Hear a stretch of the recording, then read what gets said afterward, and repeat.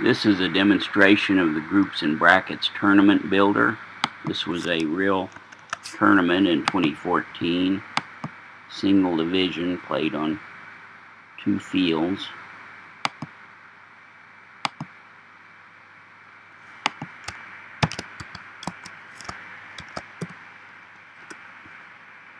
There's a soccer field and a football field, which is not uncommon in a lot of high schools. I'm going to be moving fairly quickly here because I'm going for a quick build time.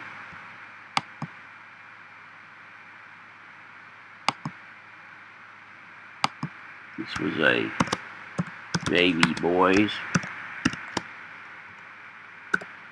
tournament.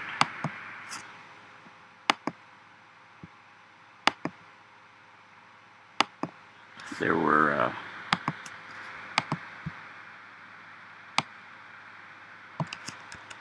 8 teams, 4 in Group A and 4 in Group B. These are the teams. At this point,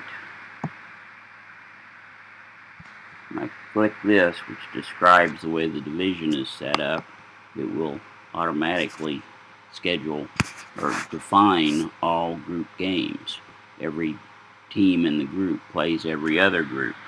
This number here, the left number, is the number of times the team is playing on the left side of a game, and the right side is the number of times on the right side. Here we say A1 is in playing these 3 games, and it's always on the left.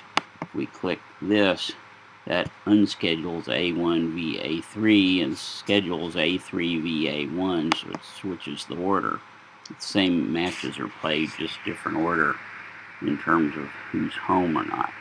I've got this set, this switch set, intergroup equals single elimination, so these groups, games between groups A and B are defined as single elimination. We're going to define a game between the winner of A1 and the second place in B2, and the winner of B in the second place in A. And at that point, we're done with most of the games. When I save this, you can see down here, these are the matches that have been assigned. These are the semifinals. The next step is to finalize the semifinal or single elimination and any consolation games that might exist, which there aren't in this tournament. I'm going to add labels to these games so that they can be referenced in the final, which will be defined as the winner, a game between the winners of those semifinals. The label for the final is not essential, but it doesn't hurt to include it. The ops here will be replaced by the participants in the match, which will be A-1, B2, and B1, B2, etc. So we're done with single elimination games. Now, the matches are all defined, but we need to define what fields are available when. This game tournament played over 2 days. There were games from 4 p.m. to 7:45, 75 minutes apart on Friday on both fields, and on Saturday they played both fields at 9 and 10:15, with the semifinals at 1 and the finals at 3. We hit generate. This shows the game slots that were defined. We click assign, and this shows the game slots here and the matches on the left. Now, the actual tournament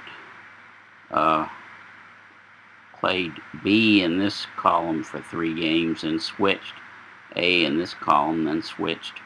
There's any number of ways you can do it, but I'm going to do about the same thing. So I'm going to put B3, B4, or B1, B2, B3, B4, B1, B3. put the A's over here.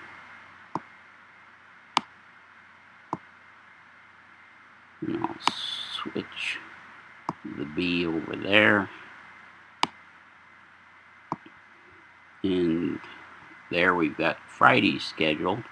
We come here and we'll put,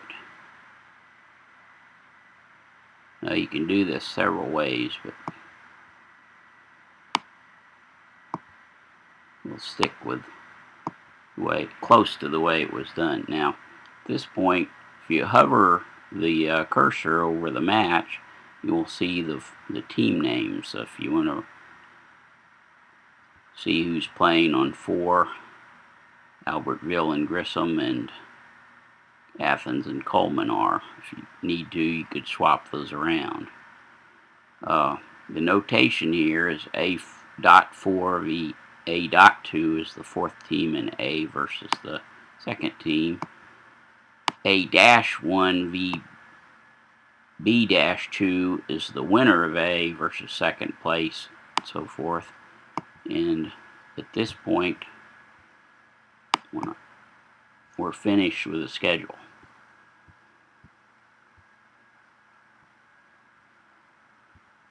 All done. We've assigned 15 matches to 15 slots.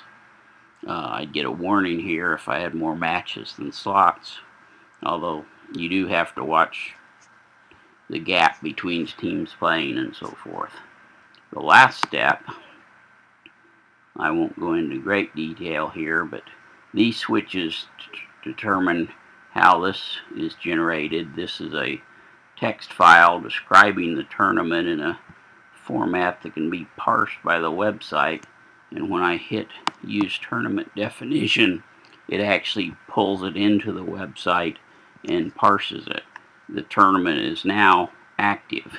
When I hit continue, you can see the tournament, and there it is.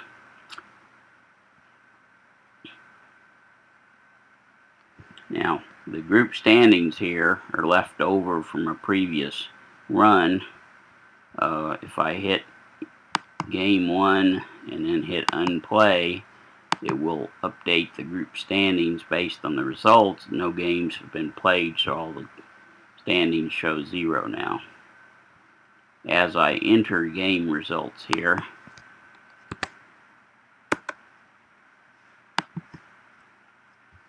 the group standings get updated.